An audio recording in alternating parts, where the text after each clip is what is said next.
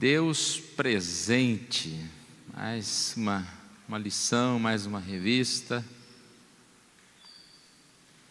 E eu vou começar com um apelo aos irmãos: estudem em casa estas lições, porque o professor não dá conta de falar tudo isso aqui, ó, só de texto, ó, Isaías capítulo 7 ao capítulo 9. E depois a revista ela traz detalhes tão interessantes. E a palavra de Deus é como um quadro que você olha, e quanto mais você fica olhando para ela, você vai percebendo detalhes, né? Em alguns detalhes que estão muitas vezes escondidos ao primeiro olhar. Por isso nós precisamos ler, reler e estudar a palavra de Deus. Para a gente compreender melhor, eu queria que primeiro a gente abrisse a Bíblia em Isaías capítulo 7. E eu vou aqui falar com os irmãos de forma resumida, explicando este texto. Depois a gente vai para a revista e muita coisa que eu vou falar agora nós vamos repetir. O texto é um texto que a gente conhece, um versículo dele: maravilhoso, conselheiro, Deus forte, Pai da eternidade, príncipe da paz. Mas não conhecíamos, né, na maioria, pelo menos, detalhes desse texto. Acredito eu que a maioria de nós não conhecia ou não lembrava, porque você lê uma vez a Bíblia e passa um tempo ali e não lembra daquilo. Então, Isaías capítulo 7.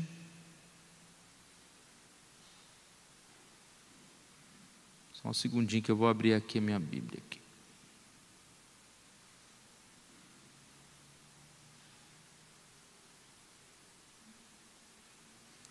Agora eu vou ler na versão transformadora, mas apenas alguns versículos, e os irmãos, eu falo qual versículo que eu estou lendo para vocês acompanharem. Qual que é a história? Nós estamos falando de Acás. Acás, rei de Judá, rei de Jerusalém. Então o que acontece? Capítulo 7, verso 1, aqui nós percebemos que 7:1 o 7:1 só mesmo. Que Redizim, rei da Síria, e Peca, rei de Israel, se uniram, saíram para atacar Jerusalém. Basicamente é essa parte aqui que nós vamos ver quando estivermos estudando, né? Os tópicos. Rezim, está errado, né? Está certo, ajuda aí, está certo.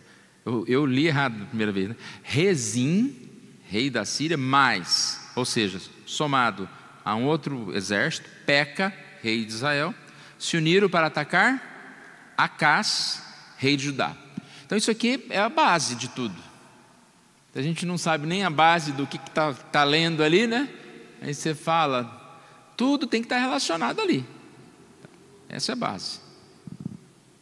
Dois reinos se reuniram contra Acás, rei de Judá. Ok.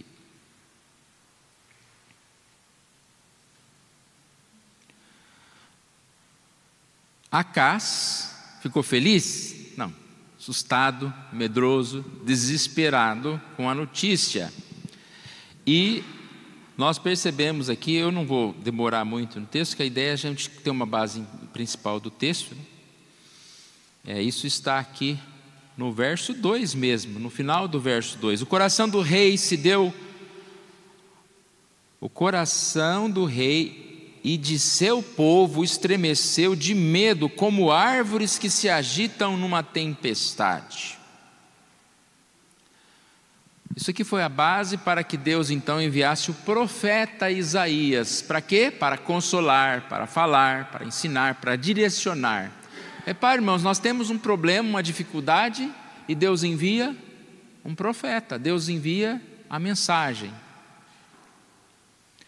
Qual que era a mensagem? Verso 4, aqui na linguagem que eu estou lendo: diga a Acaz que pare de se preocupar, que não precisa ter medo da ira ardente daquelas duas brasas apagadas.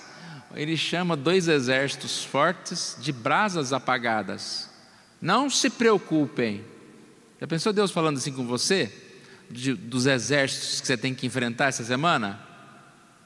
Não se preocupe, meu filho, minha filha. São duas brasas apagadas. Tem. Eu sou teu Deus. E aí o Senhor dá como se uma ordem, né?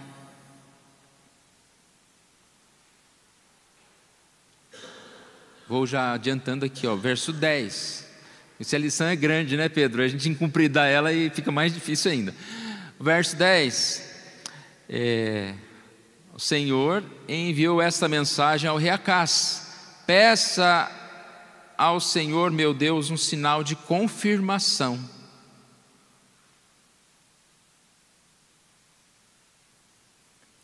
O que Acaz tinha que fazer? Acaz, peça um final de confirmação. Confirmação do quê? De que o Deus iria libertar, de que os problemas deles não eram nada. O Acaz aparentemente parece super cristão, né? Ele diz no verso 12: não porei o Senhor à prova deste modo. Senhor, eu não preciso pedir prova. Se o Senhor falou, tá bom, né? Aparentemente a gente pensa que é isso, mas depois, estudando a lição, a gente vê que na verdade ele não estava confiando no Senhor. A cabecinha dele era assim: 1 mais 1 contra 1 não vai dar certo, então é melhor 1 mais 1 mais 1. Ou seja, eu vou me aliar com esse povo todo aí.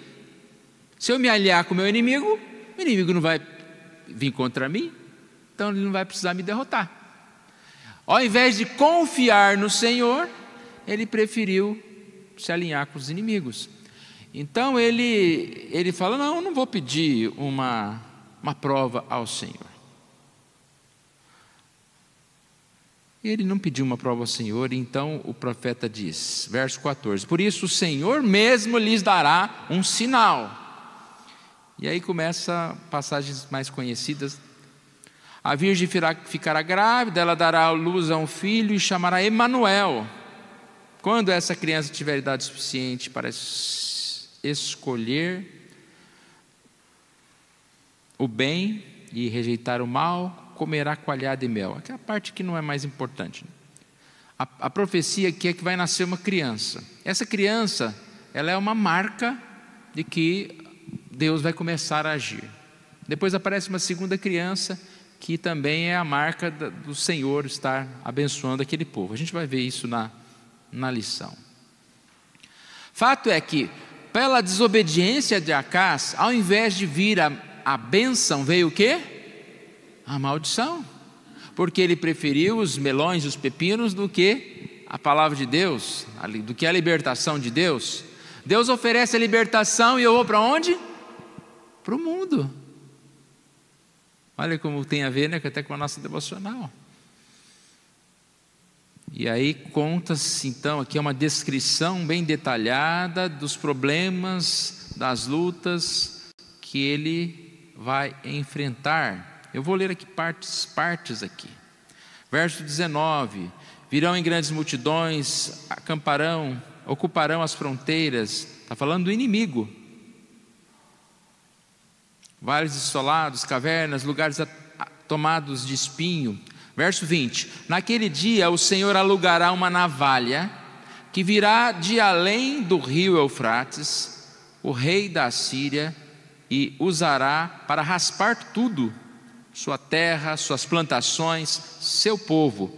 Verso 21: naquele dia o camponês terá sorte, se lhe sobrarem uma vaca ou 2 ovelhas. Ainda assim haverá leite suficiente para todos, pois restarão poucas pessoas na terra. Olha que interessante, a navalha que vai cortar, que vai matar, que vai acabar com as plantações, e vamos dizer que vai sobrar poucas vacas de ovelhas. Aí a gente pensa, o povo passa fome, né? Vai passar fome. Não vai passar fome, vai ter tão pouca gente, vai até sobrar ainda. coisa. Depois, nós temos no capítulo 8, a descrição da bênção de Deus. Então o Senhor me disse: faça uma grande placa e escreve, de modo bem claro, o seguinte nome. Depois nós vamos ver isso no decorrer da lição. Verso 6: o meu cuidado pelo povo de Judá é como águas de Siloé, que fluem suavemente. Contudo, eles me rejeitaram, e agora se alegram com o que acontecerá aos reis de Zim e Peca. Portanto, o Senhor fará vir sobre eles grande inundação do rio Eufrates, do rio da Síria e toda a sua glória. Ele está falando, né, sobre as dificuldades que eles iam enfrentar ainda. No verso 10, mais para baixo, diz, vou ler o verso 10 completo aqui. Convoquem os conselhos de guerra, mas de nada adiantará, desenvolvam estratégias, mas não terão sucesso, porque Deus está conosco. Aqui ele já está falando que o inimigo vai querer vencê-lo, mas não terá sucesso, porque o Senhor está com eles. Verso 13: considere o Senhor dos Exércitos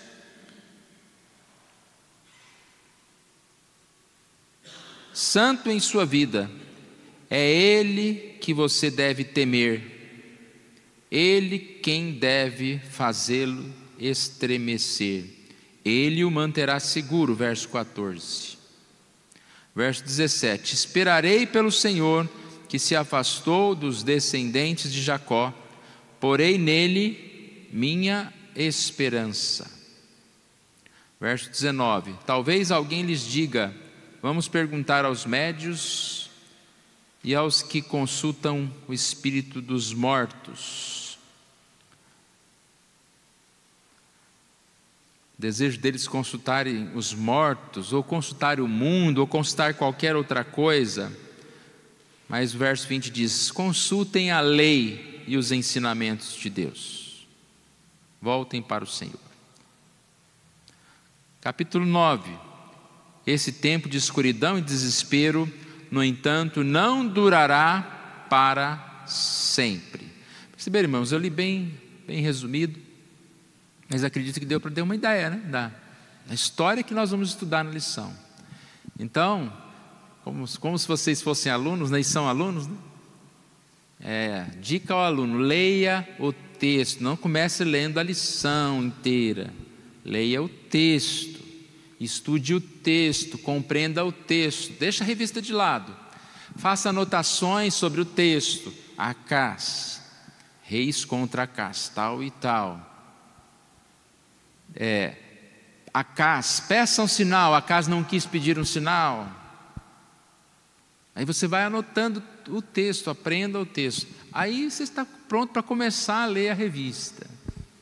E leia a revista mais vezes, correto?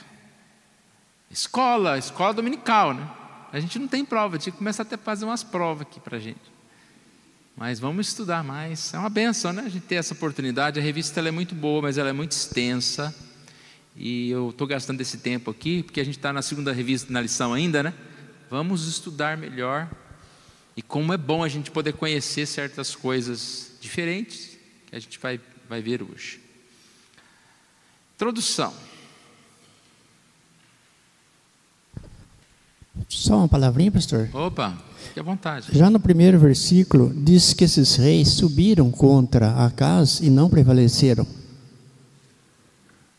A impressão que eu tive aqui no estudo é que eles estavam se achando. Se eles foram contra ele uma vez, não prevaleceram, ele não estava tão preocupado assim com a segunda investida. Ou seja, ele se achou: não, Deus está falando isso, mas eu tenho o meu jeito de resolver. Aí volta naquele que foi dito já de início: eu tenho o meu jeito de resolver as coisas sem Deus. Não, claro que não tem. Se Deus está falando que é assim, porque é assim, não é do meu jeito, não. Então é interessante isso. Quando ele disse que a gente tem que ler os textos primeiro, porque a revista ela vai comentar os textos e vai facilitar o nosso entendimento. Ou seja, que nem mas da segunda vez ele ficou preocupado, assustado, né? Sim, ele ficou assustado, mas mesmo assim ele continuou com o coração endurecido, né? Mesmo assim ele não quis ouvir, ele não quis, não vou tentar Deus não, porque, e por aí por diante. E a gente precisa do que então? Conhecer a história. Sim. Se não conhecer a história, não vai juntar as peças no final. Por isso que essa lição é bastante interessante olhando dessa forma.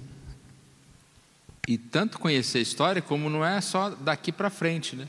A própria lição fala que um capítulo anterior, ali havia uma profecia que Deus iria endurecer o coração deles. E aí o que aconteceu aqui?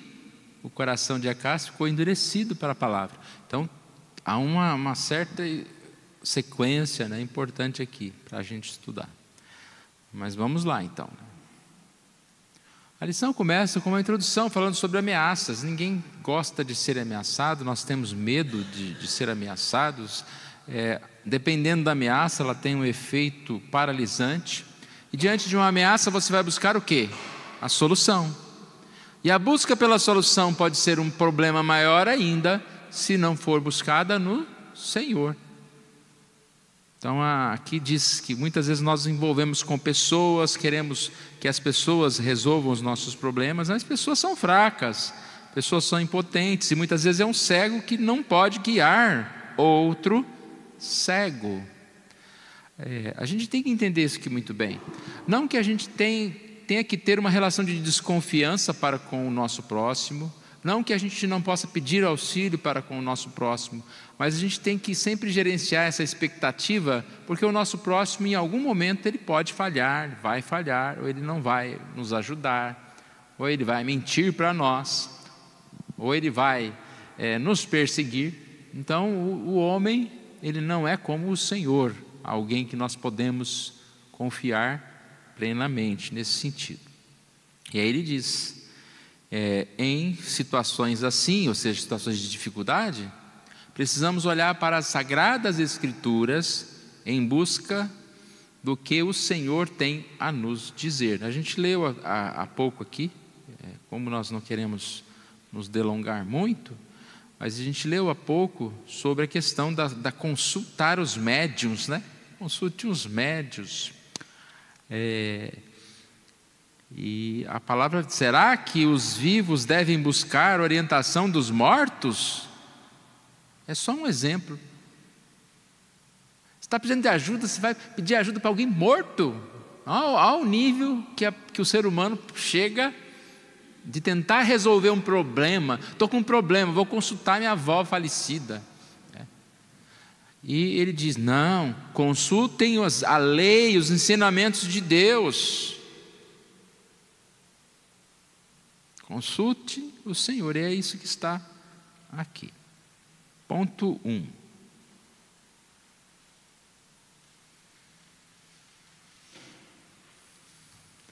Como eu disse, nós vamos repetir algumas coisas, que é bom que da primeira vez veio assim à mente, e agora a gente vai começar a guardar.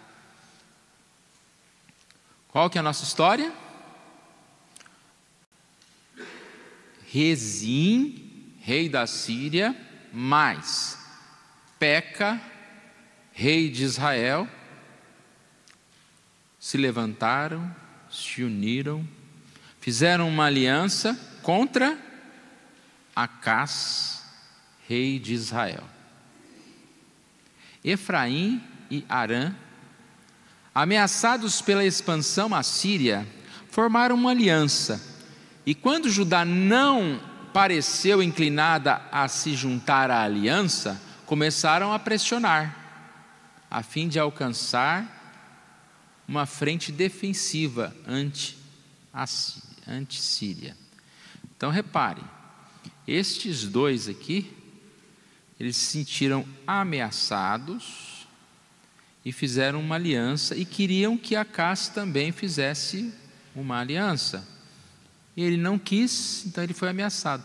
Por isso que eu disse que Acás, quando ele se sentiu ameaçado, ele preferiu não confiar no Senhor, que era mais fácil resolver o problema fazendo aliança com o inimigo. O inimigo queria isso. O inimigo só estava atacando porque eles não fizeram essa aliança com eles. O objetivo declarado era arrancar o trono de Jerusalém, a dinastia de Davi, e colocar nele um homem que é mencionado apenas como o filho de Tabeal. Não sei se os irmãos ficaram confusos ou apenas eu. Quando lê ali a ameaça contra Davi, e eu fiquei procurando Davi no texto, mas Davi não tem lógica, como ameaça contra Davi? Na verdade, a ideia é ameaça contra a dinastia, contra a sequência do reinado de Davi, é contra o povo que é chamado de Davi, correto? E aí nós percebemos que eles queriam então arrancar ou ser contra o trono e a dinastia de Davi e colocar nele outra pessoa. Essa era a ameaça. Como nós vimos, o rei então sofreu um forte abalo e ele ficou desesperado, vamos dizer assim. Seu coração ficou cheio de temor. Algumas frases aqui, né? Tem uma que diz: assim como o vento balança as árvores da floresta, o medo balançou o seu coração amedrontado. Então ficou bem balançado mesmo, uma árvore numa floresta, ela quase que não para, né, quando o vento está assoprando. O que estava em jogo aqui era a manutenção da linhagem de Davi, no trono de Davi em Jerusalém. Então, repetindo, né, estava em jogo a linhagem de Davi, o trono de Davi. E aí nós vamos então entendendo que esse início do capítulo, ele abre o tema, né, vamos dizer que prepara o terreno, como diz aqui na revista, para o encontro entre Acaz e o profeta Isaías, que na verdade é o encontro entre Acaz e Deus, né, a palavra de Deus por intermédio do profeta Isaías. Vamos para o ponto 2. No castigo sobre os inimigos. O tema da nossa lição é o Deus presente, então, no castigo sobre os inimigos. Em resposta à ameaça da Síria e de Israel, o Senhor envia Acaz, o profeta Isaías, junto do seu filho. O nome do filho é Um Resto Volverá, Shear-Has-Hub. O que significa este um resto volverá? Aqui na lição diz: esta é a maneira de Deus garantir a Acaz que, mesmo que o pior acontecesse, um remanescente voltaria vitorioso. Qual que é o pior que vai acontecer? A mão de Deus contra eles, a perseguição, a morte, mas a ideia aqui é que não seria algo final, não estaria exterminando de todo o povo. Um resto volverá, sobrará um povo. Os irmãos percebem que todas essas histórias, elas sempre têm uma relação, né, com todo o universo aqui das questões da vida. Nós temos o pecado, nós temos a salvação. Embora muitos estão perecendo e vão morrer, vão se perder, nós somos resgatados por Jesus, nós somos salvos e nós, mesmo passando por dificuldades e adversidades, temos essa esperança no Senhor. Isso que nós podemos ver aqui. Tudo que Acaz precisa fazer é pedir um sinal ao Senhor. O que Acaz responde? Não pedirei, nem tentarei ao Senhor Deus. Parece uma resposta piedosa, mas revela incredulidade. Atrás dessa resposta está o desejo de estabelecer uma aliança com o rei da Assíria. Acaz recusa confiar no Senhor e prefere depositar sua confiança na Assíria.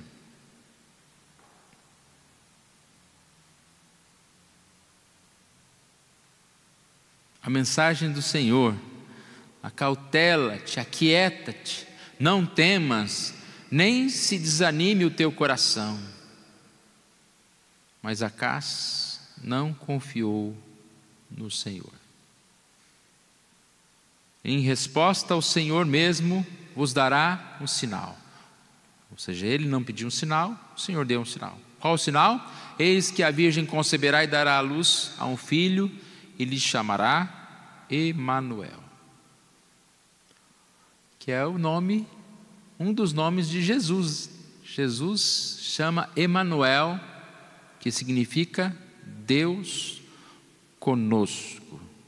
E aí é interessante, os irmãos já tinham pensado nessa perspectiva da presença do Senhor?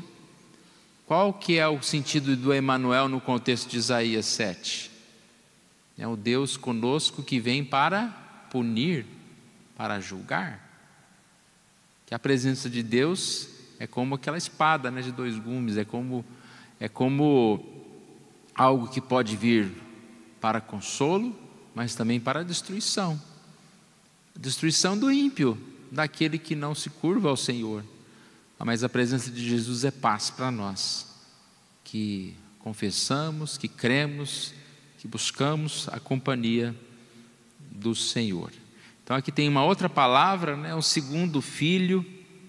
O nascimento do filho marcaria o cumprimento da profecia, a chegada da profecia.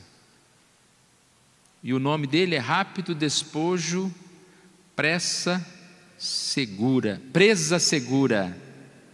Ou seja, significado: a Assíria viria, mas não para socorrer Israel, ela destruiria Damasco e Samaria, capitais da Síria e de Israel, respectivamente.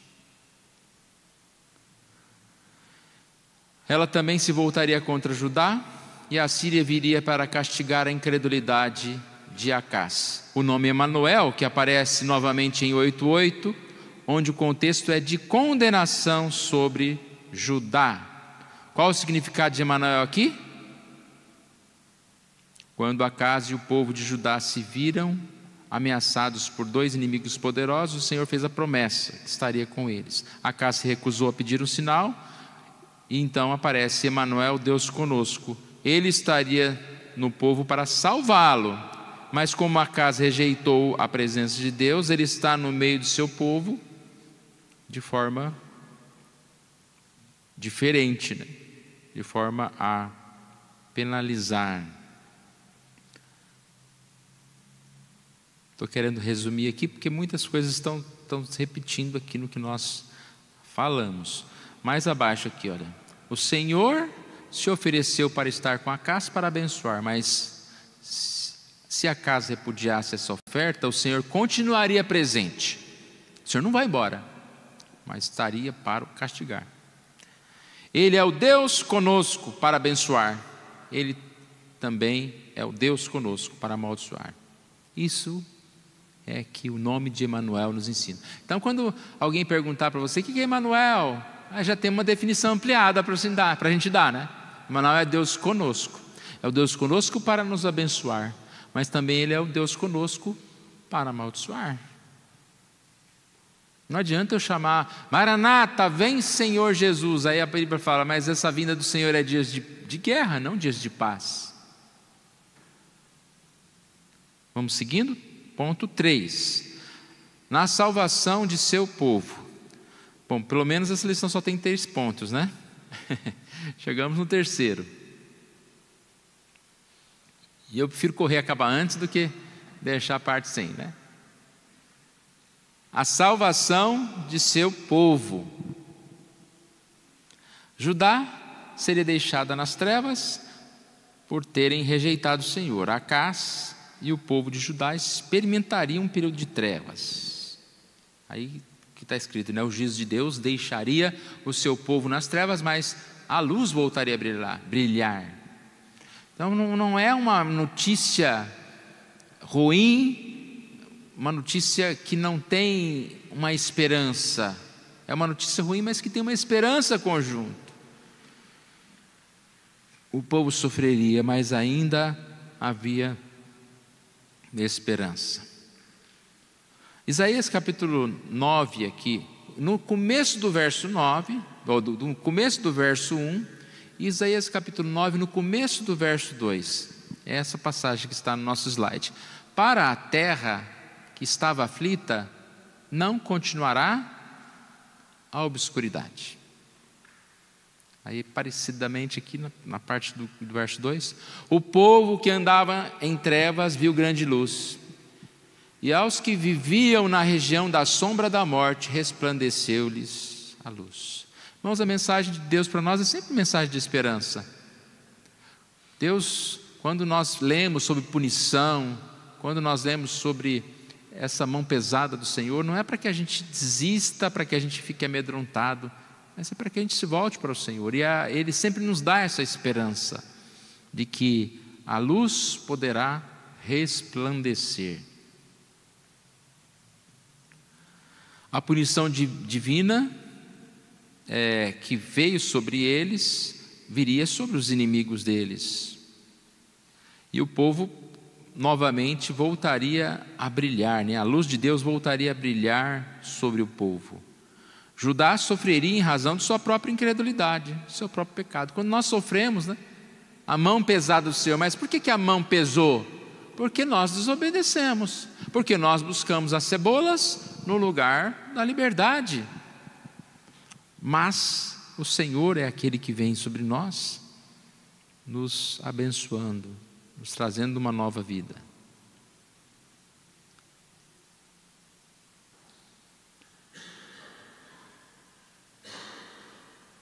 Em contraste com o poderoso inimigo da Síria e a colisão sírio-efraimita, uma criança traz libertação ao povo.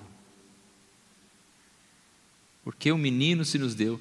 Interessante, esse versículo também a gente lê, né? Deus já havia chamado aqueles reinos poderosos, do que mesmo que eu falei há pouco? Brasa apagada, né? Obrigado. Muita coisinha para lembrar. Brasa apagada. Agora, quando ele fala que vem um libertador, a gente imagina um poderoso, né? Um homem maior. Não, contra exércitos poderosos que se levantam contra o Senhor, um menino nos nasceu e um filho se nos deu. O governo está sobre os seus ombros, e o seu nome será maravilhoso Conselheiro, Deus forte, Pai da eternidade e Príncipe da paz. E aí aqui é claro que nós vemos a analogia aqui de Jesus, que embora aquela criança, essa figura aqui era o nascimento do filho, né, de uma criança, mas essa criança que nasce, que vem para marcar que agora aqui em diante o trono será refeito, né, o inimigo será derrotado pelo Senhor e o povo terá libertação, é uma figura tanto da vinda de Jesus, quando ele nasceu, veio a esse mundo, mas é uma figura que acontece diariamente nas nossas vidas, diante das dificuldades que nós vivemos, dos problemas que enfrentamos. É o Jesus, esse Jesus que veio ao mundo, que é a nossa esperança, que é o nosso conselheiro. É a mensagem, né? Tem uma mensagem grande aqui, conselheiro. Nossos conselheiros do mundo não são nada perante o conselheiro. Jesus é o Deus forte, qualquer força e poder, nada se compara. É o Pai da eternidade, não é um Deus do momento, né? Não é uma esperança momentânea, mas é uma esperança eterna. E é o Príncipe da paz, que é tudo que nós precisamos, é paz, a nossa alma descansar. Então essa é a figura que nós temos aqui. Este filho de Davi, prometido pelo Senhor Emanuel, nasceu cerca de 7 séculos depois, na entrada dessa profecia. Está falando do nascimento de Jesus, e lá tem, né,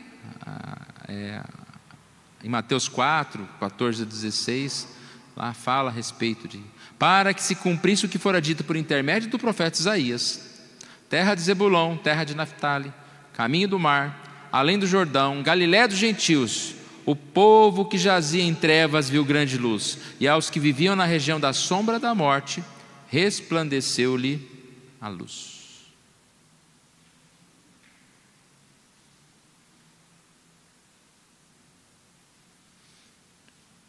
Os irmãos querem nos ajudar?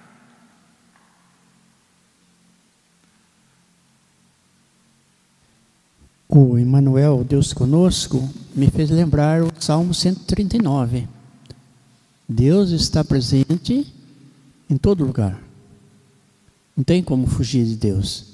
Então, o homem pode ignorar a presença de Deus, sim, mas fugir dele, não. E o outro comentário lá atrás, quando buscar ajuda dos mortos, da vozinha que já morreu, a Bíblia diz que o homem sem Deus é morto. Então, se a gente for querer estender esse assunto, vai longe demais. Por quê?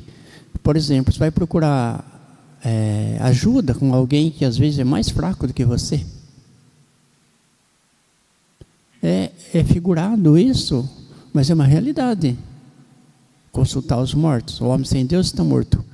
O que ele tem para te ajudar, para te socorrer? Se eu sou um cristão, vou procurar ajuda. Paulo fala isso, né? Quando teve uma situação de litígio na igreja, falou: é vergonhoso vocês não conseguirem resolver entre vocês, vai procurar ajuda lá. Vai procurar ajuda com os mortos. Qual o resultado disso? Fracasso, derrota. Não tem outra situação. E aqui, o Deus conosco, ele ficou muito claro, né? Pode fazer o que você quiser, mas Deus vai estar ali. Se você estiver fazendo o bem, a vontade dele, claro que você vai ser bem-aventurado por isso. Se for o contrário, também você já sabe o tamanho do problema que você está criando, na verdade.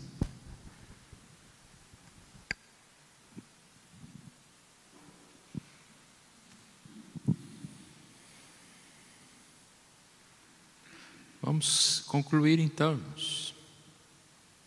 O que nós aprendemos hoje? Temos problemas, ameaças, dificuldades, enfermidades, agressões, problemas do nosso próprio coração, mas nós não temos que enfrentar sozinhos, ameaças sozinhos. Temos o Emmanuel, o Deus conosco. E aqui na conclusão traz isso que o Obed estava falando agora. Não devemos depositar nossa confiança em outras pessoas, qualquer outra coisa ou pessoa além de Deus. É completamente impotente para nos ajudar. Eu não posso buscar a minha ajuda nas comidas do Egito, eu não posso buscar a minha ajuda consultando os mortos, não posso buscar ajuda desistindo, né? Que é o pior de tudo, né? Você desistir. Mas eu posso buscar ajuda no Senhor. Tem como encontrar ajuda no Senhor. A questão é, nós confiamos no Senhor? O grande tópico aqui dessa lição, a confiança, né? Confiamos no Senhor ou confiamos nas nossas próprias soluções? Deus é o Deus conosco. Não podemos rejeitar o seu cuidado. E aí a lição traz, né, esse fato que foi colocado aqui, que se rejeitarmos o cuidado do Senhor, a sua presença não irá embora, Ele continuará sendo Deus conosco, só que um Deus conosco para nos punir e nos disciplinar.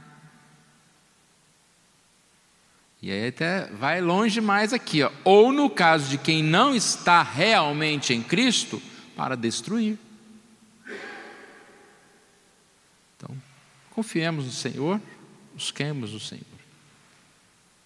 A aplicação aqui, primeiro tem uma pergunta para nós.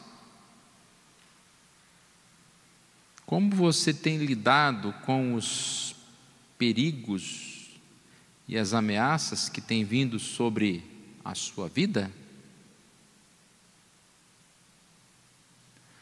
Tem confiado verdadeiramente, unicamente em Jesus? Ou tem buscado ajuda e salvação em ídolos vãos, que nada podem fazer por você? E um conselho: tente se lembrar de algumas situações ameaçadoras pelas quais você passou, quais foram suas reações. Anote e compartilhe com a sua turma durante a aula.